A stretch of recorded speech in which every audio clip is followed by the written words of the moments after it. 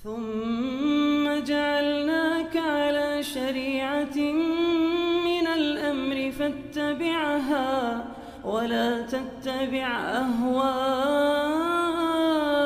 الذين لا يعلمون. Yang pertama, kita kan hidup di Indonesia, Ustaz ya. Kita ini menerima banyak fatwa, baik dari Majelis Ulama Indonesia ataupun dari ulama-ulama luar negeri atau luar negara kita. Ini yang kita ikuti itu fatwanya siapa, Ustaz? MUI ataukah fatwa dari ulama luar Indonesia? Itu yang pertama, Ustaz.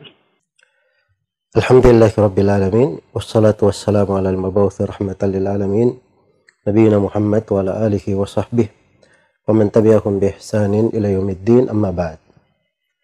Jadi ada dua pertanyaan ya. Yang pertama terkait dengan fatwa.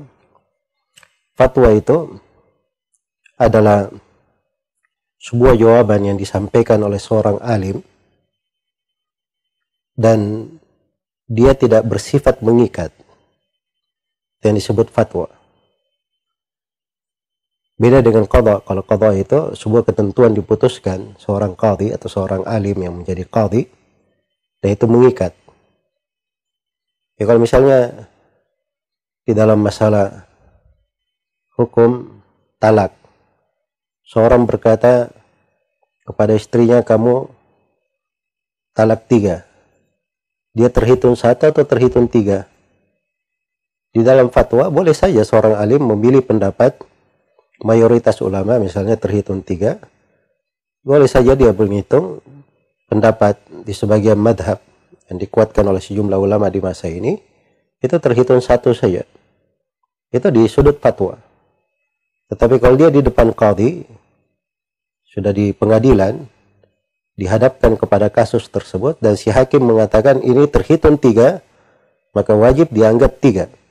Walaupun pendapat orang yang ada di situ cuma 1 atau pendapat yang lain, dia harus mengambil pendapatnya si qadhi. Itu yang terkait dengan masalah di pembahasan. Ini adalah hal yang tidak bisa dibedakan oleh banyak orang. Kemudian sudut yang kedua, dari hal-hal yang bentuknya mengikat, apabila fatwa tersebut itu ada kaitannya dengan, kalau dia terkait dengan pribadi, itu terkait dengan pribadi. Iya. Dan ucapan seorang alim itu mengikat pada orang awam yang tidak mengetahui dalil. Sebab dia akan ditanya pada hari kiamat, apa tuntunan yang dia pegang di dalam hal tersebut. Karena dalam Al-Quran Allah firman, Fas'alu ahlad dzikri in kuntum la ta'lamun. Bertanyalah kepada orang yang berilmu kalau kalian tidak mengetahui. Kalau dia sudah tanya kepada seorang alim, dikasih jawaban, maka itu mengikat untuk pribadinya. Kecuali kalau dia punya dalil yang lebih kuat daripada itu yang dia pegang, bukan hawa nafsu, maka tidak ada masalah, silahkan dia ikuti. Yang kedua, kalau fatwa tersebut, si alim terkait dengan kejadian-kejadian umum yang menimpa manusia, maka ini ada sudut keterkaitan dengan wewenang pemerintah di dalam hal tersebut. Ya, kalau pemerintah menetapkan seseorang sebagai rujukan fatwa di negara tersebut, atau pemerintah menetapkan sebuah lembaga yang merupakan rujukan di dalam sebuah negara, maka itu fatwanya mengikat, karena memang sama posisi negara yang memberi fatwa. Iya. Dan kondisi MUI yang ada, dengan segala hormat dihormati oleh umat Islam di Indonesia ini, itu bukan lembaga negara, tetapi lembaga yang diakui oleh negara. Jadi kalau mereka memberi fatwa dan hal tersebut diterima oleh negara, sudut mengikatnya seperti yang disebutkan, saya berikan rincian-rincian pada apa yang disebutkan tadi. Iya. Kemudian di sudut lain, ini juga dari sudut fatwa-fatwa, ada sebagian orang-orang yang membuat lembaga-lembaga fatwa tersendiri.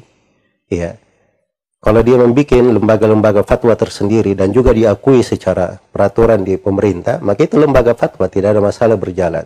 Tapi dari sudut mengikatnya, seorang itu harus pandai melihat dia berbicara sebagai apa. Walaupun berkumpul dalam suatu lembaga memberi fatwa, dia harus tahu dirinya bahwa mereka ini kalau bukan pemerintah jangan berbicara memberi wewenang seperti pemerintah, sehingga memberi fatwa misalnya berseberangan dengan pemerintah atau membuat kekacauan umum karena berbeda dengan pemerintah. Tapi kalau ada fatwa-fatwa yang memang itu wewenang pemerintah, maka didiskusikan sebelum dikeluarkan agar supaya hasilnya baik untuk manusia. Iya, itu rinciannya di pembahasan. Bagi orang-orang yang beramal di dalam hal tersebut, maka ada dua yang dilihat.